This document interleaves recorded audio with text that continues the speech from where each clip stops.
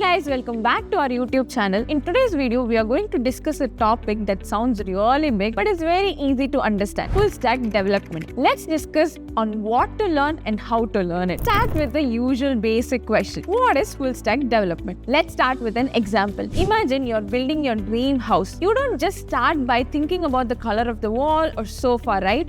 You think about anything and everything related to your dream house.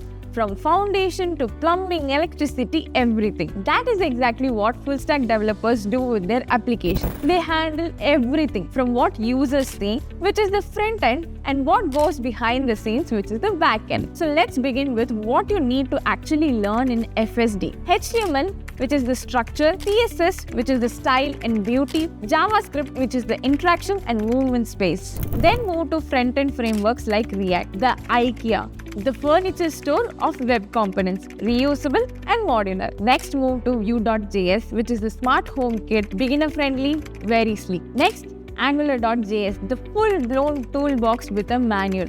Structured, powerful, and perfect for building large, complex houses with a team. Oh, and don't forget responsive design, because your house should look good from all angles or at any screen, be it a mobile shack or blown up desktop mansion. So far, the tools and languages that we have discussed are the front end of full stack development. Now let's discuss the back end tools and languages. This is a place where data lives, decisions happen, and secrets are kept. Number 1, Node.js. Think of Node as the solar panels powering your house. It's fast, efficient, and runs everything using JavaScript. Next is Java, which is your industrial grade wiring, powerful, robust, and built to handle large multi-story buildings. Last one, PHP, which is like an old reliable plumber. Nothing fancy but gets the job done, especially if you're building something like content-based website. Now tell me in the comments, if the backend style was a home feature, would you rather go for solar,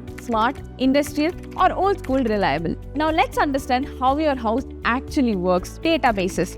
Think of these as storage rooms. Number 1, SQL. These are like labeled cupboards.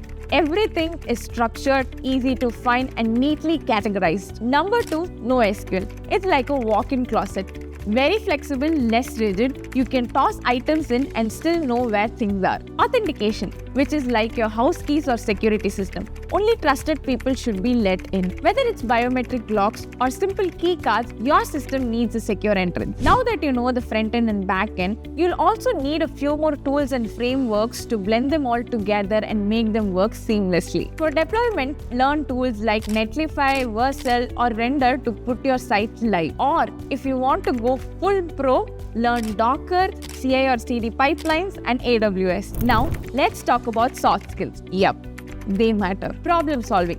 Debugging is 30% logic and 70% patience. Communication. You need to explain your code to someone who doesn't code. Team collaboration. You will work with designers, testers, and sometimes even marketers. So learn to listen and explain. Curiosity.